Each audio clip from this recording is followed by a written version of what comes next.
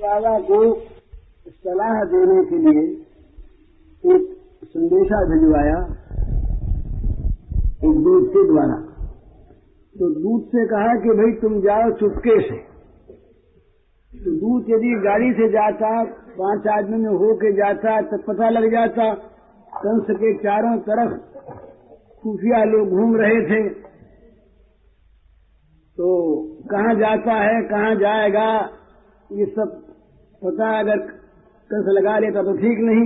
ये सोचकर वसुदेव जी ने कहा कि तुम नहाने जाओ, तड़के ही नहाने जाओ जमुना में, और जमुना जी पार करके तैर करके तुम निकल जाओ वहां पर, और वहां भी सूर्योदय से पहले ही पहुंच जाना, कि जिसमें चुपचाप तुमको वहां भी कोई न पूछ सके न जान सके भी कहां से आए हो क्यों आए हो, और जाके समाचार कह देना, आपकी तरफ कोई हर्ज नहीं।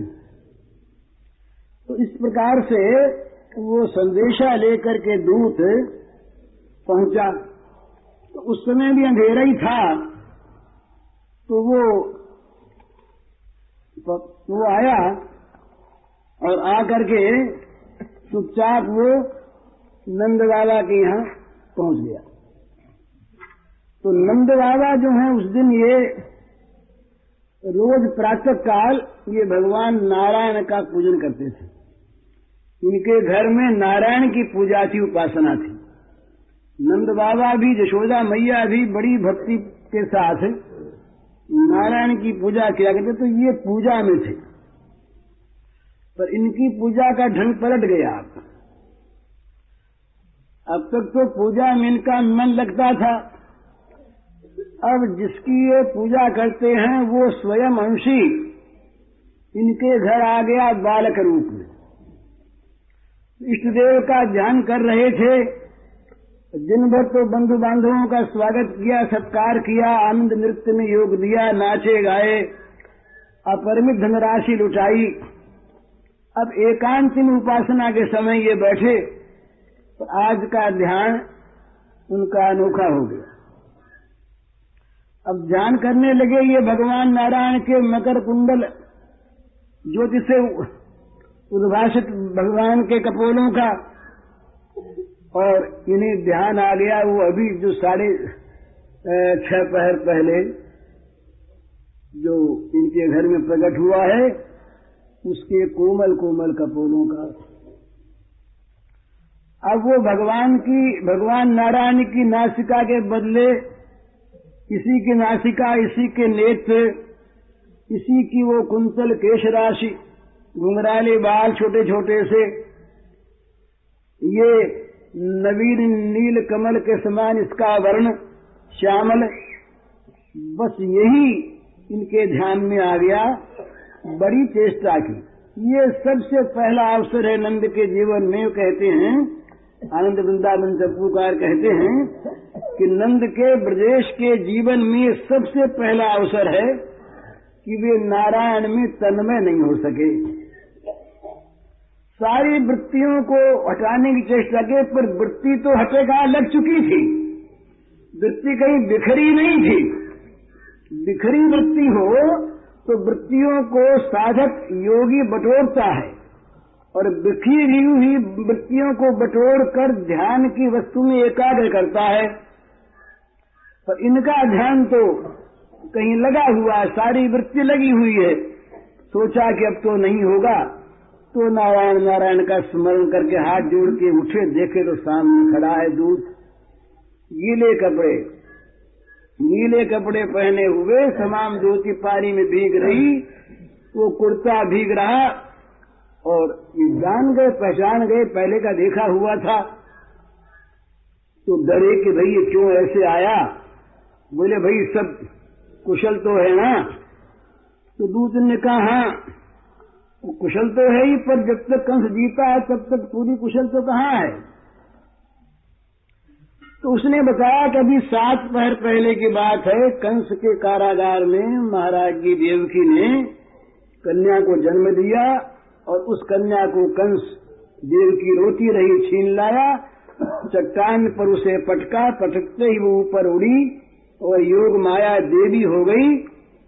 और उस देवी ने इस प्रकार से कंस को बहुत जोर से धमकाया, पर कंस था पाषाण हृदय, उसके हृदय में दया का लेश कहाँ।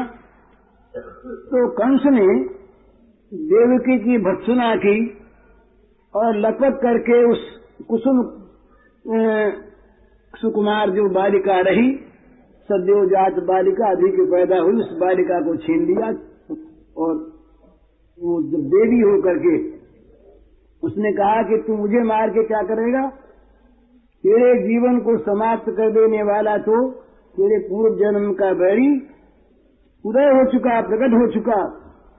तब वो डरा और फिर उसने तमाम दैत्यों को इकट्ठा किया, मंत्रणा की, और मंत्रणा करके ये तय हुआ कि नगरों में, ग्रामों में, ब्रजपुरों में जहां जहां पर नए बालक हुए हैं, सारे बालक 10 दिन के हों या अधिक आयु के हों, तमाम मार दिए जाएं।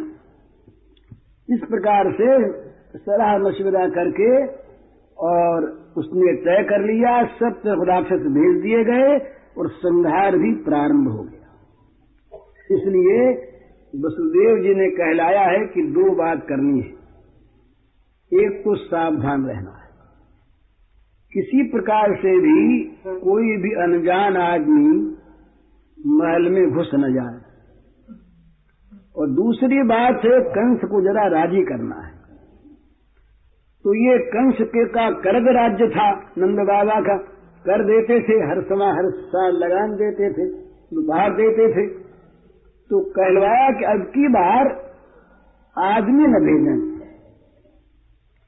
स्वयं नंद जी जरा कुछ विशेष उपहार लेकर के, भाई समय पर दुष्ट की भी खुशामद करनी पड़ती है, तो इसमें बुरा न मानकर और स्वयं उपहार लेकर के जरा विशेष स्वयं नंद जी आ जाएं और कंस को प्रसन्न करें।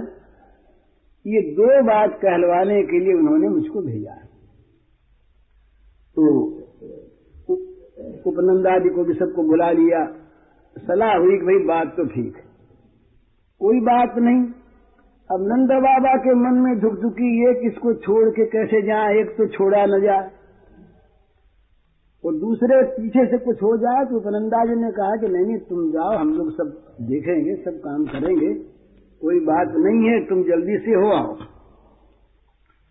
अब ब्रजेंद्र ने, नंद बाबा ने अपने हाथों उसके गीले कपड़े उतरवाए और उसको अच्छी तरह से दूसरे कपड़े पहनाए, अंदर ले गए, खाने पीने को दिया, भोजनागार में ले गए, सुलाया।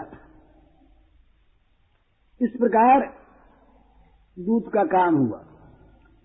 इधर क्या हुआ कि ये भीड़ मच रही थी, तो सब लोगों ने कहा कि हम तो देखेंगे, लल्ला को देखेंगे। तमाम ब्रजमंडल में दूर दूर के गांव तक में समाचार पहुंच गया, नंद बाबा के लाला हुआ। तो उस लाला को देखने के लिए सभी लालायित हो गए, सबके मन में लाला को देखने की आ गई, कैसे लाला को देखें। यहाँ मंत्रणा ये हुई, उपानंद जी ने सलाह दी कि भैया बात तो ठीक है, सब देखना चाहते हैं, पर इसी भीड़ में अगर कोई राक्षस आ गया, कहीं कोई ग्वाला बन के, हीर बन के, तो मुश्किल होगी ना। तो ये आयोजन पीछे पर रखो, पीछे पर रखो। अभी तो जो गिने चुने लोग हैं उन्हीं को बुला लो, जिसको हम जानते हैं उनको बुला करके लाला को दिखा दो, उसके बाद फिर देखा जाएगा। तो ये कुल मर्यादा रही। तो कुल मर्यादा के पालन के लिए जो सबको, भाई बंधुओं को तो षष्ठी का उत्सव होगा ना, तो बुलाना आवश्यक था। तो सारे गोपों को बुलाया, जो खास लोग थे उनको। लेकिन महाराज निमंत्रण कौन मानता? सबके मन में ये उत्साह कि नंद रोकेंगे थोड़ा ही, आज हम लाला को देखने जाते हैं।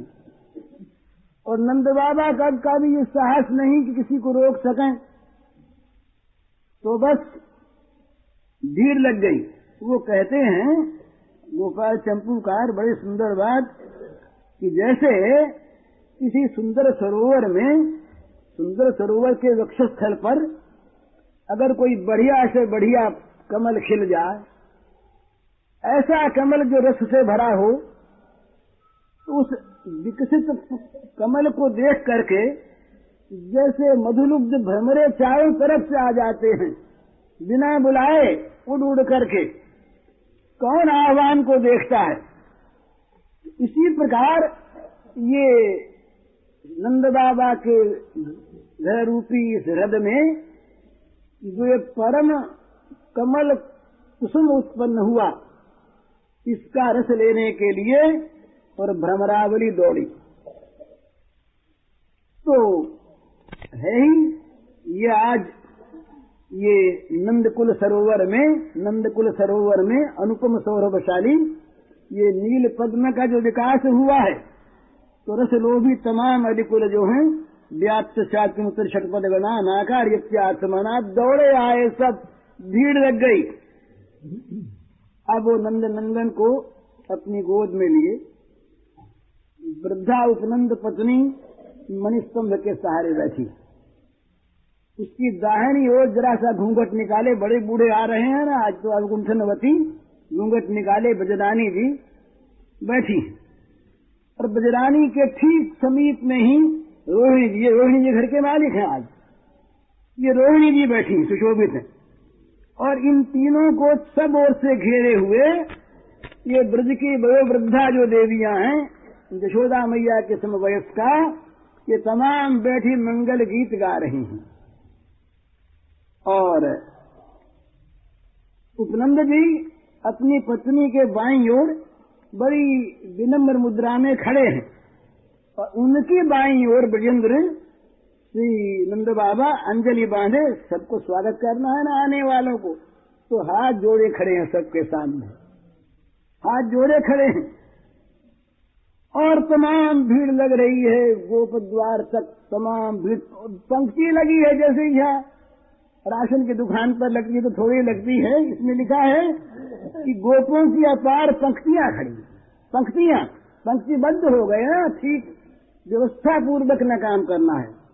एक पंक्ति जब आगे बढ़ती है दूसरी पीछे हटती, इस प्रकार से पंक्तिबद्ध होकर व्यवस्था पूर्वक सब दर्शन कर रहे हैं। लेकिन मुश्किल तो ये हो गई कि हटे कौन? जो आगे पंक्ति आई और जिसकी आंख पड़ी उस नीलमणि पर, उसकी आंख तो वहीं अटक गई, वहीं स्थिर हो गई आंख।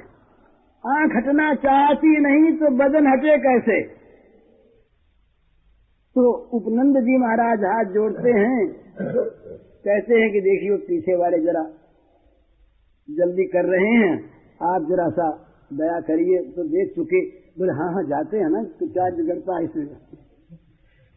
तो इस प्रकार से सबकी आंखें लग गई, कोई आंख हटती नहीं, और जो जाते हैं वो भी बार बार ये घुमा घुमा करके अपने मुख को, और सरोने शिशु का वो जो मुख मंडल है वो देखते चले जाते हैं अतृप्त नयनों से, अतृप्त हृदय से। भला उनको देख करके किसकी आंखें तृप्त हो जाएं? ऐसी कौन अभागी आंखें हैं जो उस श्याम सुंदर शिशु को देख करके तृप्त हो जाएं, जो कह दे कि अब हमने देख लिया, अब तो ये देखते देखते रूपवासी हो गया है, ये नहीं, ये कभी किसी की आंख नहीं। तो लौटते हुए ही पीछे पंक्ति वाले जो है ना सब आतुर हो रहे हैं, तो पूछते हैं कि गोपाल चंद्र को बनाना, पूछते हैं तुमने देख लिया? देखा तुमने? तुम बड़े भाग्यशाली हो भाई। अच्छा कैसा है वो जरा बताओ तो, कैसा है जरा बताओ। यूं पूछते पूछते बानी गदगद हो जाती है, कंठ भर आते हैं, कुछ बोल नहीं पाते, आंखें भरी आती हैं, देखने वालों की आंखें भरी आती हैं।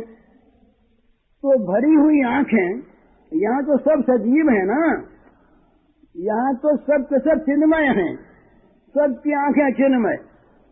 तो वो चिन्मयी आंखें मानो संकेत से कहती हैं, अरे मेरे स्वामी के सखा हो, ये देखने वाली तो मैं हूं, और इस अप्रतिम सौंदर्य को मैंने देखा है। आंख कहती है मैंने देखा है, देखने वाली तो मैं हूं, पर क्या कहूं, मुझको बोलने की शक्ति दी नहीं इसने।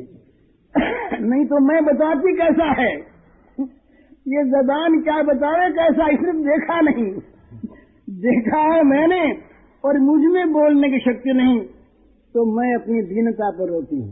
आंखों से आंसू आ गए ना, तो आंखों ने कहा कि इस दीनता पर मेरे में बोलने की शक्ति नहीं, मैं बखा नहीं सकती, उस रूप को मैंने हृदयंगम तो कर लिया पर मैं बोल नहीं सकती, इसलिए मैं रो रही हूँ।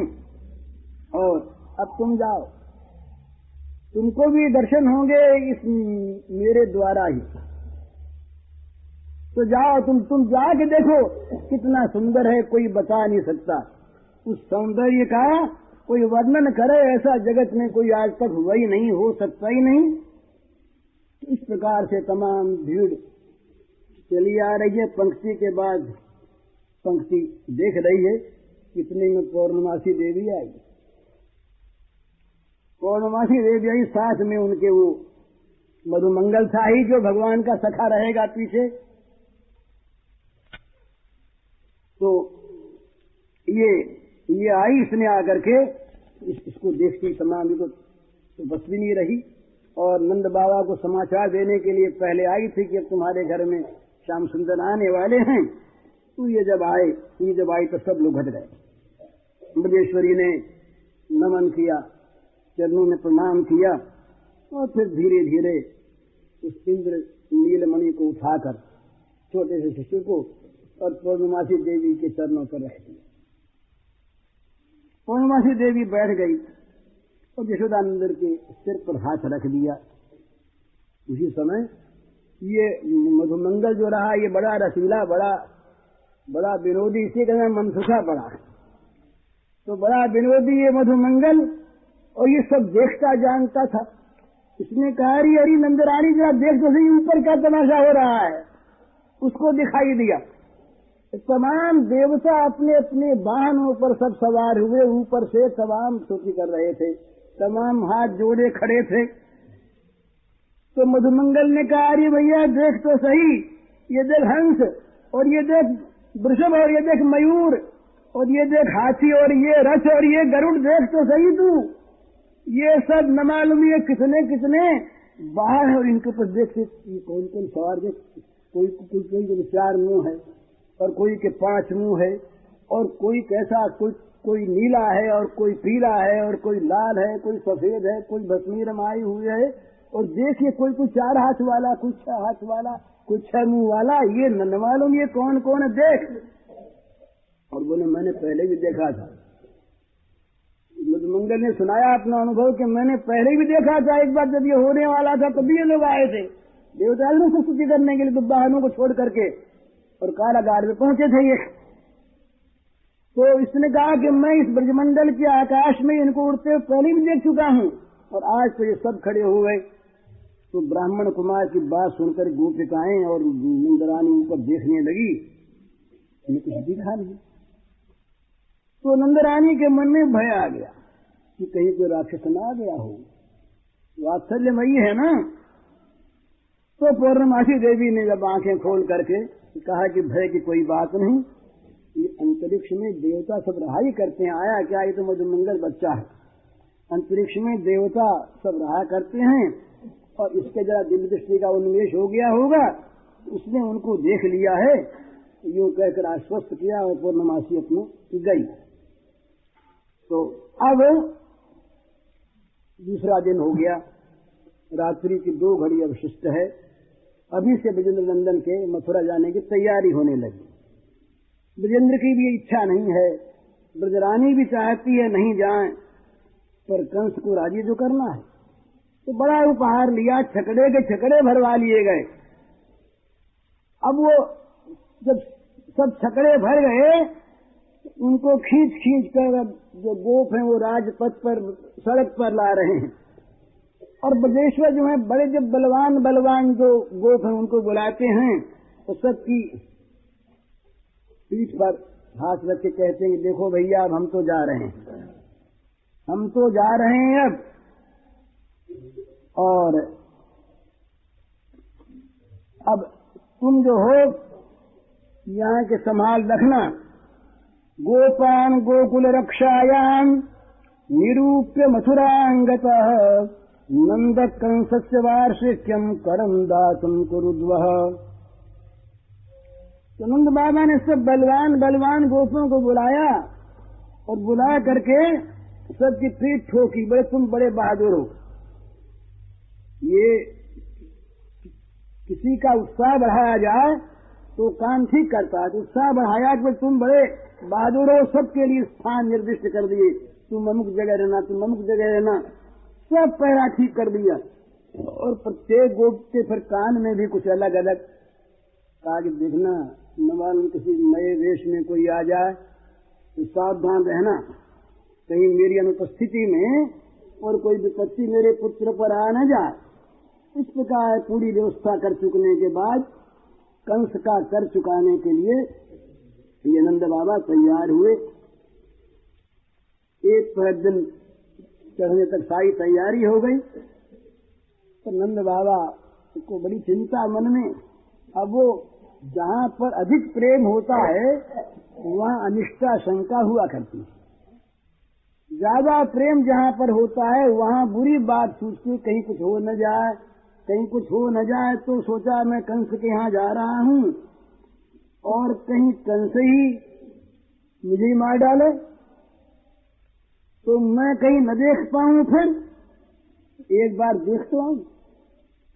यूं जाते जाते ही फिर दौड़े गए सूचकागार में, जा पहुंचे बजरानी ने शिशु को लेकर इनकी गोद में रख दिया।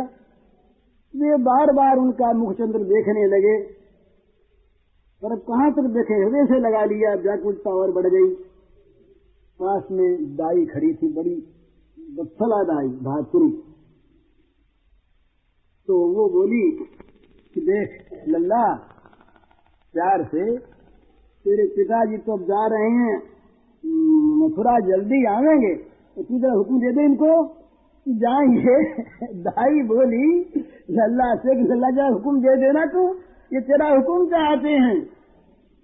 तो जब ये धात्री ने कहा तो कहते ही एक आश्चर्यमयी बाल भंगिमा के द्वारा श्याम शिशु का मुखमंडल भर गया और उस लाल लाल होठों की अरुणिमा में ही और मानो एक मंद मुस्कान छा गई।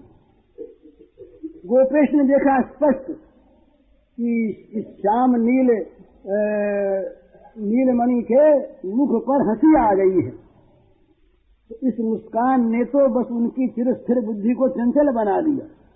अब स्थिर होने का अवकाश नहीं, चंचलता को लिए ही वे दौड़ पड़े वहां से और जा पहुंचे ये मथुरा में। अब गोपाल चंद्र की बात छोड़ देते हैं। मथुरा में जा पहुंचे, मथुरा में जा करके और ये ठहरे तो वसुदेव जी तो सब साथ में थे ही, दूध पहले जा ही चुका था। तो वसुदेव जी को जब मालूम हुआ कि नंद वसुदेव उपश्रुत्य भ्रातरम नंदमागतम ज्ञात्वा दत्तकरम राज्ये ययौ तदवमोचनम तम दृष्ट्वा सहसोत्थाय देह प्राणमिवागतम प्रीतः प्रियतमं दोर्ध्याम् तस्वजे प्रेम विह्वलः पूजितः सुखमासीनः दृष्ट्वा नामयमादृतः प्रसक्तधीः स्वात्मजयो यदमाह दिशाम्पते दृष्ट्या भ्रातप्रभयसा इदानीम प्रदर्श्यते प्रजाशाया निवृत्तस्य प्रजाय समुपद्यत दृष्ट्या संसारचक्रेऽस्मिन् वर्तमान पुनर्भवम् उपलब्धो भवानद्य दुर्लभम् प्रियदर्शनम् नैकत्र प्रियसंवासः सुहृदाम् चित्तकर्मणाम् ऊघेन व्यूहमानानाम् प्लवानाम् सुतसो यथा कच्चित्पशव्यम् निर्जम् धूर्यम् उत्तमविरुधम् बृहद्वनम् तदधुना यत्रास्ते त्वम् शोचिवतः। वसुदेव जी को मालूम हुआ कि हमारे प्यारे भाई, उनमें बड़ी मैत्री रही कि हमारे प्यारे भाई नंद जी मथुरा में आए हैं और ये राजा कंस को कर भी दे चुके हैं। तो नंद बाबा जहाँ ठहरे थे वहाँ वसुदेव जी पहुंचे। वसुदेव जी को देखते ही जब सामने देखा तो नंद जी का प्रेम उमड़ गया। सहसा उठकर ऐसे खड़े हो गए मानो मुर्दे में प्राण आ गया, मतलब शरीर में जैसे प्राण आ गया हो, इस प्रकार उठे और बड़े प्रेम से उन्होंने अपने प्रियतम वसुदेव जी को दोनों हाथों से पकड़कर छाती से चिपका लिया। प्रेम से नंद बाबा अत्यंत विह्वल हो गए। प्रीतमम दोर्गम सस्वजे प्रेम विह्वल, प्रेम विह्वल हुए, प्रेम से अधीर हुए, इनका रोमांच छुआया, इनके आंखों में प्रेम के आंसू आ गए। हर्षोद्गम इतना भारी हुआ कि अपने आप को संभाल में नहीं सके और दोनों हाथ फैलाकर उनको हृदय से अपने लगा लिया, चिपका लिया और बड़ा स्वागत सत्कार किया। स्वयं गए हुए थे पर अपनी जान में पूरा स्वागत सत्कार किया, बड़े प्रेम पूर्वक बैठाया। तो जब आदर पूर्वक आराम से वसुदेव जी बैठ गए, अब वसुदेव जी का भी मन तो लगा रहा था अपने पुत्र में, वो जल्दी से जल्दी उसका कुशल समाचार जानना जो चाहते थे। देर हो रही है पर नंद बाबा ने कुछ कहा नहीं और प्रेम से जब नंद बाबा मिले आनंद से, तब ये मन में तो आ गया, भास तो हो गया कि कुशल है। कुशल नहीं होती तो इतने प्रेम से मिलते कैसे? प्रेम से मिले, आनंद छाया है तो बच्चा है तो बहुत प्रसन्न। लेकिन अपने पुत्र में चित्त लग रहा था तो वे नंद बाबा से कुशल मंगल पूछकर फिर पूछने लगे। उन्होंने कहा, जिस्त्या भ्रातः प्रवयस इदानीम अप्रदस्यते प्रजाशाया निवृत्तस्य प्रजायत संपद्यते। भैया नंद, देखो तुम्हारी अवस्था तो बड़ी हो गई थी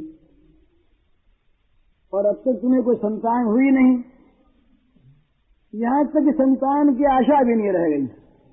अब क्या संतान होती? तो बड़े सौभाग्य की बात है, भगवान की बड़ी कृपा कि तुमको संतान प्राप्त हो गई। अभी खुलकर नहीं कहते कुछ भी, तुम्हें संतान प्राप्त हो गई।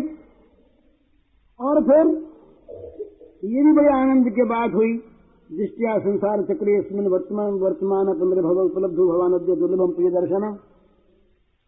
ये बड़े आनंद का विषय है कि हम लोगों को भी आज मिलना होगा।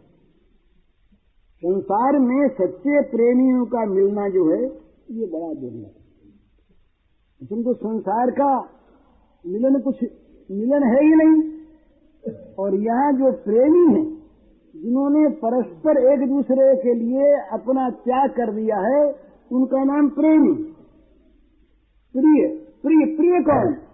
जो प्रिय करे सो प्रिय, जो अपने प्रियतम के लिए अपना परित्याग कर दे वो प्रिय, और नहीं तो स्वार्थी। तो ऐसे प्रियों का मिलना जो है ये बड़ा बड़ा कठिन है। और संसार का ये चक्कर ही ऐसा है, इसको तो एक तरह से पुनर्जन्म ही मानना चाहिए। नैकत्र प्रिय संवास सूर्दान चित्रकर्मणाम ओघ्य नदी होमाना नाम प्लवा नाम सत्व यथा। जैसे नदी के प्रवाह में बहते हुए बेड़े सदा एक साथ नहीं रह सकते, तिनके तृण एक साथ नहीं रह सकते, वैसे ये सगे संबंधियों का संसार में प्रेमियों का एक स्थान पर रहना संभव नहीं। आज मिले कल बिखर गए। तो सबके प्रारब्ध अलग अलग होते हैं, कौन किसको कहाँ ले जाता है, प्रारब्ध कर्म अपना कौन जानता है। और भाई ये तो बताओ सब ठीक है ना, राजी खुशी सब है ना? कथित सव्यम निरुजम धूर्यम तुमवीरुधम बृहद वनम तदधुना यत्रासे तुम सूर्य बता। आजकल तुम जिस महावन में निवास कर रहे हो, वहाँ तुम्हारे भाई बंधु तो तुम्हारे स्वजन आदि सब साथ रहते ही हैं। उसमें जल घास लता पत्र ये तो सब ठीक है ना, खाने पीने का आराम है ना गायों को और तुम लोगों को सबको। जल ठीक है, घास ठीक, खाना पाना ठीक। और वो वन जो है वो तुम्हारे जो पशु हैं गाय इत्यादि उनके अनुकूल है ना, वहाँ कोई रोग वोग तो नहीं फैला है। और अब अपनी बात कहें कैसे, श्री कृष्ण की बात कहें कैसे, तो बलदेव के नाम पर कहते हैं। भ्राता मम स्वतः कश्चिन मात्रा स भवत ब्रजे तातम भवंतम मनवानो भवद्भ्याम मुगलालितः। भाई नंद, मेरा छोटा लड़का है ना, वो अपनी माँ के साथ तुम्हारे यहाँ रहता है ब्रज में, तो उसके माँ बाप तो तुम ही हो भैया, मेरे में तुमने फर्क क्या है? तुम और यशोदा जी उसका लालन पालन सब किया करती हैं, तो वो तो तुम ही लोगों को तुम माँ बाप मानता होगा ना, वो ठीक है ना, अच्छी तरह से है ना उसको। उस त्रिवर्गो विहित सूदो यंभावित नतेषु कृष्यमानेषु त्रिवर्गोत्थाय कल्पते। कहते हैं कि भाई मनुष्य के लिए वही धर्म, वही कर्म और वही अर्थ, अर्थ धर्म काम, ये वही शास्त्र विहित हैं जिनके द्वारा इनके स्वजनों को सुख मिले, जिनके द्वारा स्वजनों को सुख हो, वही तो धर्म धर्म है। और वही काम काम, वही अर्थ अर्थ, जो अर्थ केवल अपने लिए हो, अपने स्वजनों के लिए न हो, वो अर्थ अर्थ नहीं, तो धर्म धर्म नहीं। तो वही धर्म अर्थ काम वही शास्त्र विहित हैं जिनके द्वारा स्वजनों को सुख मिले और जिनसे केवल अपने सुख चाहते हैं। बोले ऐसा धर्म करे हमको सुख मिले, ऐसा कर्म करे हमको सुख मिले, इतना धन कमावे कि हमें सुखी हो जाए। तो बोले इस प्रकार का जो अर्थ धर्म काम है, ये जो त्रिवर्ग है जिसको अर्थ कहते हैं, ये अर्थ हितकारी नहीं है, तो क्लेश कारक ही होता है। जो केवल अपने लिए स्वजनों के लिए न हो, वो अर्थ, वो धर्म और वो काम सब क्लेश कारक हैं।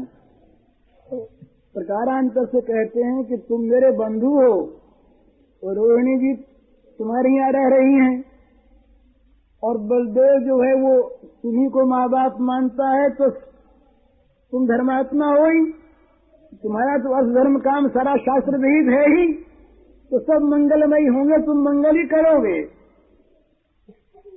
तो ये जब बात सुनी नंद बाबा ने, नंद बाबा बड़े प्रसन्न हो गए और नंद बाबा सहानुभूति प्रकट करने लगे। 6 बच्चे मारे गए थे ना, बात सुन ली थी वसुदेव जी की, सारी खबर इनको थी।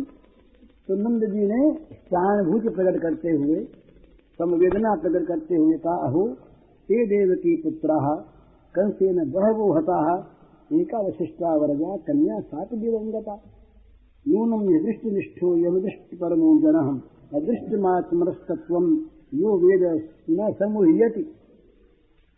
नंद बाबा बोले कि भैया वसुदेव जी, कितने दुख की बात है कि कंस ने देवकी के गर्भ से उत्पन्न तुम्हारे कई पुत्रों को मार डाला, बड़ा निर्दयी कंस।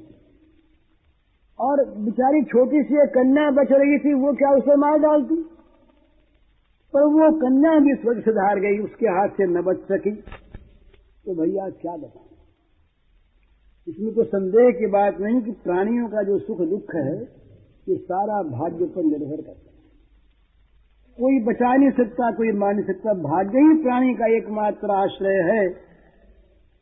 तो इसलिए जो आदमी तत्व को जान लेता है कि प्रारब्ध में होता है सो होता है, सुख दुख का कारण भाग्य ही है, वो सुख दुखों से मोहित नहीं होता। नहीं तो कहीं सुख आने पर अभिमान कर बैठता है, दुख आने पर रोने लगता है, ये उसकी मूर्खता। ये तो जो होना है सो होता है। तो भैया तुमसे क्या कहें, ये नहीं कहा कि शोक मत करना। इतनी बात कह करके ही और नंद बाबा रह गए। अपने आप बुद्धिमान वसुदेव जी हैं, तो वसुदेव जी ने इन सब बातों को तो कोई का उत्तर नहीं दिया। उनके मन में ये लग रही कि ये पूतना गई है और कहीं बच्चे पर किसी प्रकार की विपत्ति ना आ जाए तो जल्दी वापस भेजो नंद को।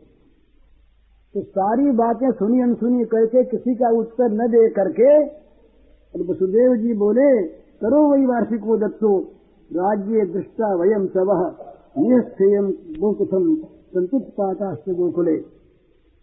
वसुदेव जी ने कहा, भाई नंद जी, अब तुम्हारा काम तो हो गया। कंस राजी कुछ तुमसे बातचीत की ना, बोल हमसे तो राजी बोला। बोले तो तब फिर ठीक है, तुमने सालाना कर तो उसको दे ही दिया और मेरा मन बहुत मिलने का था, तो हम दोनों भी मिल ही लिए। अब यहाँ ज्यादा ठहरना ठीक नहीं भैया।